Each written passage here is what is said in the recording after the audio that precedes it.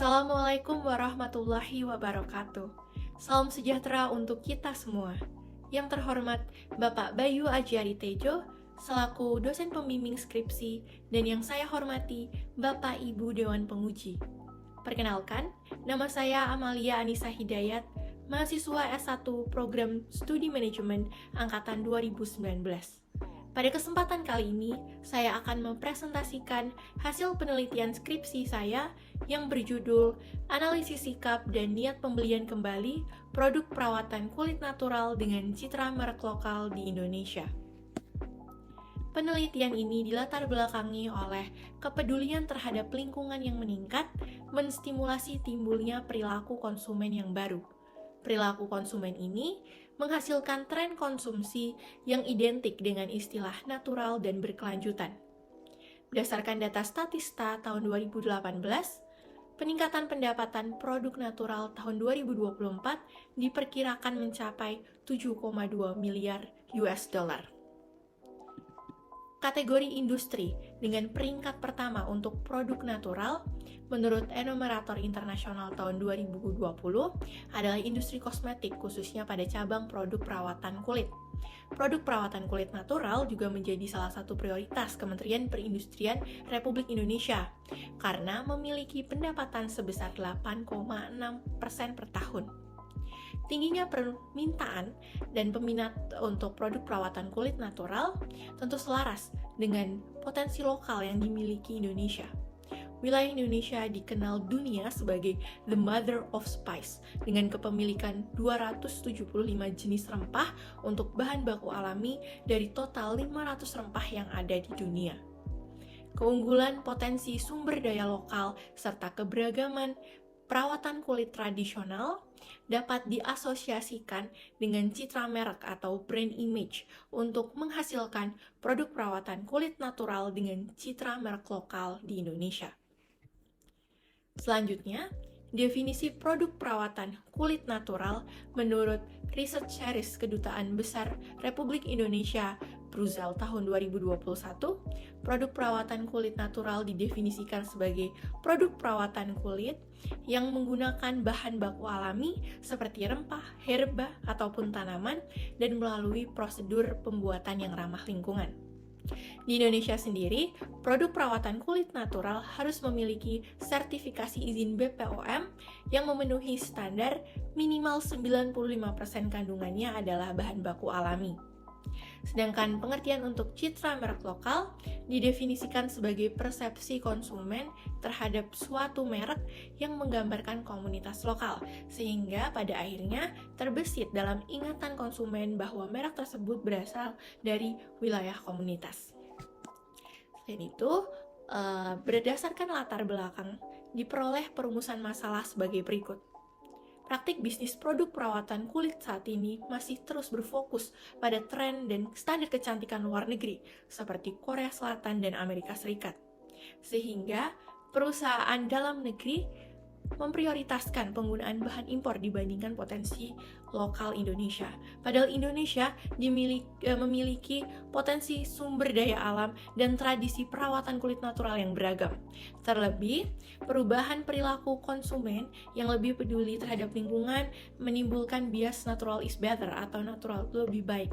Sehingga hal ini mendukung terjadinya asosiasi antara produk perawatan kulit natural dengan citra merek lokal Indonesia.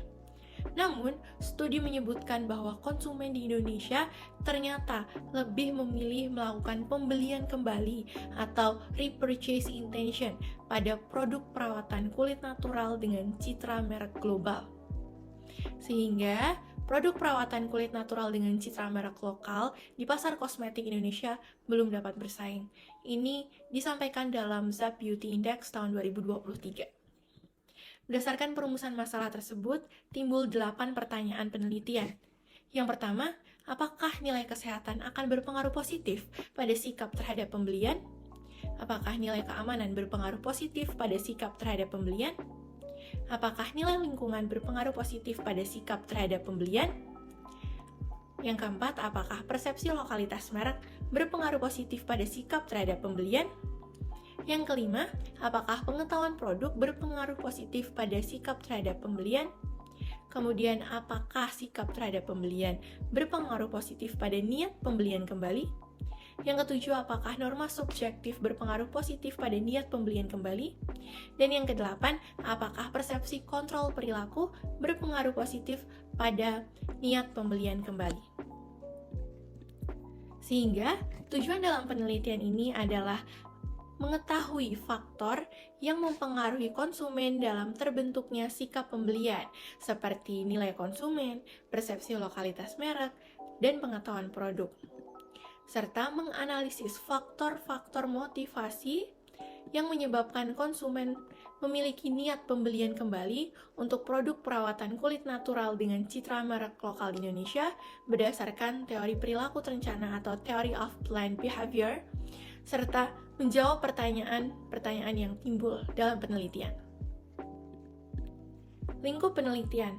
Penelitian ini merupakan replikasi jurnal berjudul Health and Cosmetic Investigating Consumer Value for Buying Organic Personal Care Product yang ditulis oleh Ghazali DKK tahun 2017. Lokasi penelitian ini berada di seluruh Indonesia dengan waktu penelitian di bulan April hingga Mei tahun 2023. Objek penelitian merupakan produk perawatan kulit natural dengan citra merek lokal di Indonesia seperti jamu-jamu, Sensatia Botanicals, dan Sari Ayu by Martha Tilar. Landasan teori yang digunakan dalam penelitian ini adalah teori perilaku terencana atau Theory of Planned Behavior. Berikut merupakan diagram teori perilaku terencana yang diambil dari sumber Ahzen tahun 1991. Pada teori perilaku terencana, menekankan pada pentingnya niat atau intention dalam berperilaku. Karena niat dapat menangkap faktor motivasi yang mempengaruhi terjadinya perilaku, seperti faktor sikap atau attitude, faktor norma subjektif atau subjective norm, dan yang terakhir faktor persepsi kontrol perilaku atau perceived behavioral control. Teori perilaku terencana ini diadopsi dalam penelitian ini karena berdasarkan riset terdahulu mengenai produk hijau dan berkelanjutan, teori perilaku terencana berperan dalam mengukur aspek-aspek krusial yang mempengaruhi niat pembelian kembali. Kemudian, profil variabel dalam penelitian ini, yang pertama, nilai kesehatan merupakan persepsi konsumen terhadap pengaruh konsumsi suatu produk terhadap peningkatan kesehatan.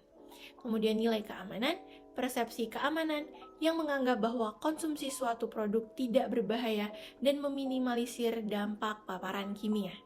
Yang ketiga, nilai lingkungan, persepsi konsumen yang menganggap bahwa suatu produk itu berkelanjutan dan memberikan dampak positif bagi lingkungan dan sekitarnya. Yang keempat, persepsi lokalitas merek merupakan komponen budaya, nilai, gaya hidup, serta tradisi yang terdapat dalam merek dan melambangkan suatu komunitas lokal. Kemudian, pengetahuan produk merupakan kesadaran atau pemahaman konsumen terkait suatu produk dan terkait dengan kepercayaan konsumen terhadapnya.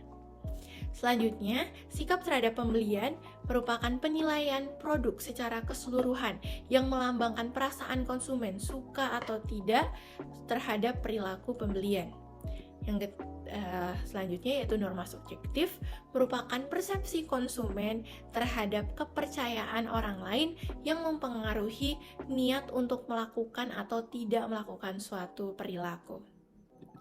Selanjutnya adalah persepsi kontrol perilaku, berupa keyakinan konsumen terkait kemampuan diri, sumber daya, peluang, hingga fasilitas yang mendukung terjadinya perilaku. Dan yang terakhir adalah niat pembelian kembali, merupakan penilaian individu terhadap perilaku mengulangi pembelian pada produk yang sama. Maka dari itu, berikut adalah pengembangan hipotesis.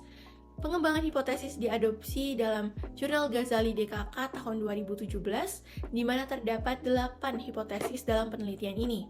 Hipotesis pertama, kedua, ketiga, keempat, dan kelima merupakan nilai kesehatan, nilai keamanan, nilai lingkungan, persepsi lokalitas merek, dan pengetahuan produk berpengaruh positif pada sikap terhadap pembelian.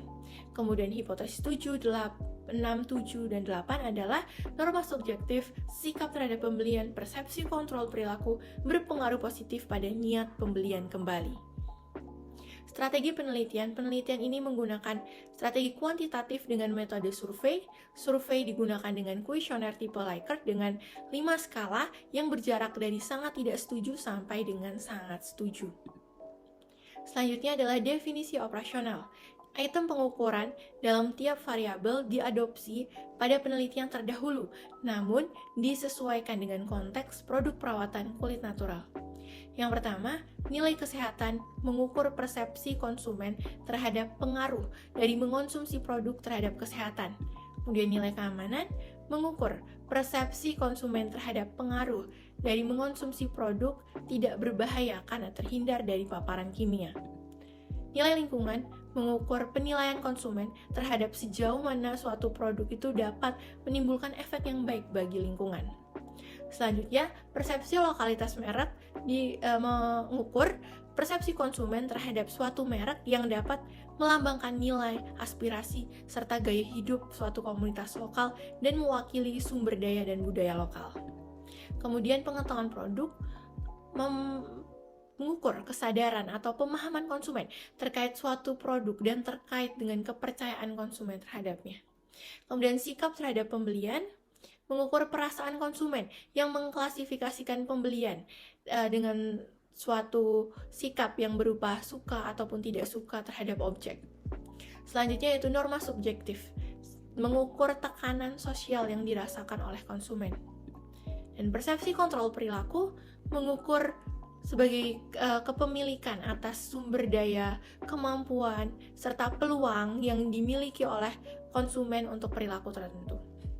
Dan yang terakhir, niat pembelian kembali mengukur motivasi konsumen yang dapat dijadikan indikator utama dalam melakukan pengulangan pembelian kembali. Desain pengambilan sampel. Sampel merupakan warga negara Indonesia pada rentang usia 17 hingga 45 tahun yang pernah membeli produk perawatan kulit natural dengan citra merek lokal seperti jamu-jamu, Sensatia Botanicals, ataupun Sari Ayu dalam kurun waktu 1 tahun terakhir. Sampel non-probabilitas dengan teknik purposive sampling dengan ukuran 250 responden. Survei disebarkan melalui platform daring yaitu Google Form dan dianalisis menggunakan metode PLS-SAM melalui software Smart PLS tipe 3.2.9. Selanjutnya, metode analisis data dalam penelitian ini terdiri dari 3 tahapan. Yang pertama, menentukan model penelitian dengan menggambarkan model jarum.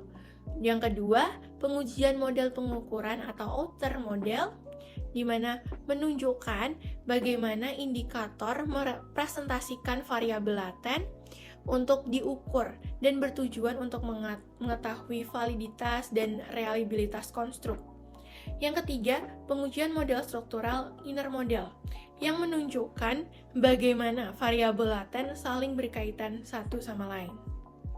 Persebaran responden dalam penelitian ini terdiri dari 250 responden yang pernah membeli produk perawatan kulit natural dengan citra merek lokal di Indonesia dan 6 lainnya menjawab tidak pernah, sehingga dalam penelitian ini peneliti mengeliminasi 6 responden yang tidak memenuhi kriteria. Selanjutnya, untuk persebaran responden, jenis kelamin mayoritas adalah perempuan dengan persentase sebesar 81% dan laki-laki sebesar 19%. Untuk usia, mayoritas berada di rentang usia 18 hingga 24 tahun.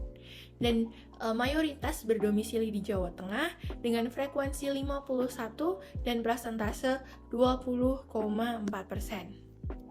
Selanjutnya, untuk pekerjaan mayoritas merupakan pelajar atau mahasiswa dengan frekuensi 159 dengan persentase sebesar 63,7%.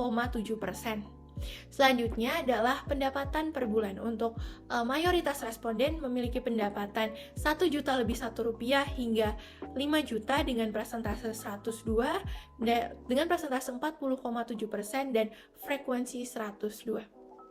Selanjutnya, untuk produk perawatan kulit natural yang pernah dibeli oleh responden, yang pertama adalah Sariayu dengan 129 responden atau dengan presentase 52%. Kemudian ada Jamu-Jamu yaitu 70 responden dengan presentase 28%, dan Sensatia Botanical yaitu 51 responden dengan presentase 20%. Dan berikut merupakan tahapan analisis data yang pertama, yaitu spesifikasi model penelitian menggunakan gambaran model jalur. Yang kedua adalah tahapan evaluasi outer model, yaitu uji validitas konvergen menggunakan nilai outer loading. Dalam tabel berikut, terlihat bahwa penelitian ini terdiri dari 32 indikator yang telah memenuhi cut-off value untuk pengujian outer loading, yaitu nilainya di atas 0,7. Selanjutnya, uji validitas konvergen menggunakan nilai average variance extracted.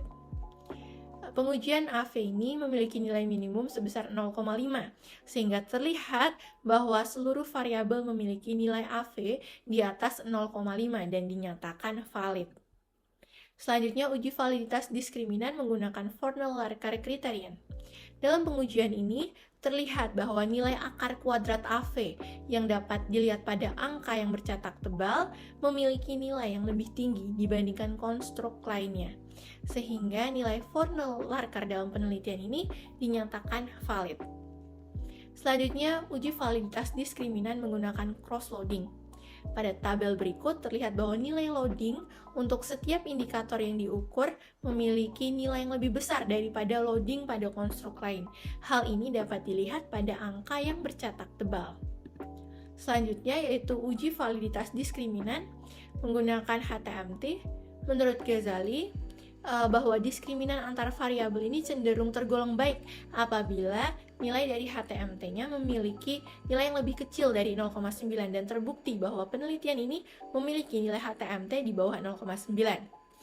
Kemudian, tabel uji reliabilitas. Uji reliabilitas sendiri bertujuan untuk membuktikan tingkat akurasi dan konsistensi instrumen dalam mengukur suatu konstruk. Pada tabel berikut, diketahui bahwa seluruh variabel memiliki nilai Cronbach alpha dan composite reliability di atas 0,7, sehingga seluruh variabel dinyatakan reliable. Kemudian, analisis statistik deskriptif. Statistik deskriptif berisi penjelasan singkat mengenai deskripsi data yang telah dikumpulkan sebelumnya, seperti nilai maksimum, nilai minimum, rata, dan standar deviasi. Dalam penelitian ini, mayoritas variabel memiliki rentang pada klasifikasi rata tinggi hingga sangat tinggi, karena berada di rentang nilai 3,41 hingga 5,00. Tahapan yang ketiga adalah evaluasi inner model. Yang pertama menggunakan uji VIV, di mana memiliki nilai kurang dari 10 atau kurang dari 5, sehingga penelitian ini terhindar dari masalah multikolinearitas. Selanjutnya, yaitu tabel uji predictive relevance atau Chi-square, yaitu penelitian ini terbukti memiliki nilai Chi-square yang baik karena seluruh nilai Chi-square-nya di atas 0. Yang ketiga adalah uji koefisien determinasi atau R-square. Apabila kita merujuk pada aturan umum R-square, maka ukuran prediksi model dalam penelitian ini tuh tergolong moderat karena berada di rentang yang R-square-nya mendekati 0,5. Kemudian pengujian hipotesis terlihat dalam 8 hipotesis bahwa mayoritas hipotesisnya didukung. Hanya ada satu variabel, yaitu variabel ketiga, variabel nilai lingkungan pada sikap terhadap pembelian yang tidak didukung. Hal ini tentu dapat terjadi meskipun tidak selaras dengan jurnal acuan, namun hal ini terjadi karena tentunya pasti objek penelitian yang berbeda. Objek penelitian dalam penelitian ini berfokus pada produk perawatan kulit natural, sehingga prioritas konsumen dalam memilih dan bersikap terhadap pembelian lebih mementingkan nilai kesehatan dan keamanan yang ditimbulkan bagi kesehatan kulitnya dibandingkan dengan nilai yang dihasilkan produk terhadap lingkungan. Seperti itu. Kemudian, kesimpulan dalam penelitian ini yang pertama, nilai kesehatan berpengaruh positif pada sikap terhadap pembelian. Yang kedua, nilai keamanan berpengaruh positif pada sikap terhadap pembelian. Yang ketiga, nilai lingkungan tidak berpengaruh secara signifikan pada sikap terhadap pembelian. Yang keempat, persepsi lokalitas merek berpengaruh positif pada sikap terhadap pembelian. Kemudian, pengetahuan produk berpengaruh positif pada sikap terhadap pembelian, sikap terhadap pembelian berpengaruh positif pada niat pembelian kembali, norma subjektif berpengaruh positif pada niat pembelian kembali, dan persepsi kontrol perilaku berpengaruh positif pada niat pembelian kembali. Kemudian, implikasi manajerial yang diharapkan dapat penelitian ini berikan. Yang pertama, dapat meningkatkan brand awareness dari produk perawatan kulit natural dengan citra merek lokal di Indonesia. Dengan cara bahwa perusahaan dalam negeri, produsen ini harus memprioritaskan persepsi nilai kesehatan dan keamanan bagi konsumen. Yang kedua, memberikan wawasan bagi perusahaan, khususnya perusahaan produk perawatan kulit, untuk menarik perhatian kepada potensi lokal dan menonjolkan citra merek lokal dibandingkan mengunggulkan citra merek luar negeri. Dan yang ketiga, diharapkan dapat meningkatkan pemahaman perusahaan untuk menyusun strategi pemasaran yang lebih optimal dengan memperhatikan faktor-faktor motivasi yang mempengaruhi niat pembelian kembali yang terdapat dalam penelitian ini. Selanjutnya, keterbatasan dalam penelitian. Yang pertama, objek penelitian masih terbatas, hanya mencakup 3 produk perawatan kulit natural. Sedangkan saat ini banyak bermunculan produk perawatan kulit natural dengan citra merek lokal seperti La Coco, Pure, ataupun Bumi. Yang kedua, hasil penelitian ini belum tentu dapat diimplementasikan pada pemasaran produk natural di industri lain, di luar industri produk perawatan kulit natural. Kemudian yang ketiga, variabel persepsi nilai konsumen masih sangat terbatas, yaitu nilai lingkungan, nilai kesehatan, dan nilai keamanan. Sehingga arah penelitian mendatang, penelitian selanjutnya diharapkan dapat mencakup produk perawatan kulit natural dengan citra merek lokal yang lebih beragam. Yang kedua, penelitian selanjutnya juga diharapkan dapat mengembangkan lingkup penelitian sehingga dapat berguna untuk melengkapi penelitian sebelumnya. Dan yang ketiga, variabel untuk persepsi nilai konsumen dapat lebih beragam untuk mengukur sikap terhadap pembelian produk natural seperti nilai hedonis dan nilai sosial. Sekian presentasi yang dapat saya sampaikan. Lebih dan kurangnya saya mohon maaf. Terima kasih dan semoga bermanfaat. Wassalamualaikum warahmatullahi wabarakatuh.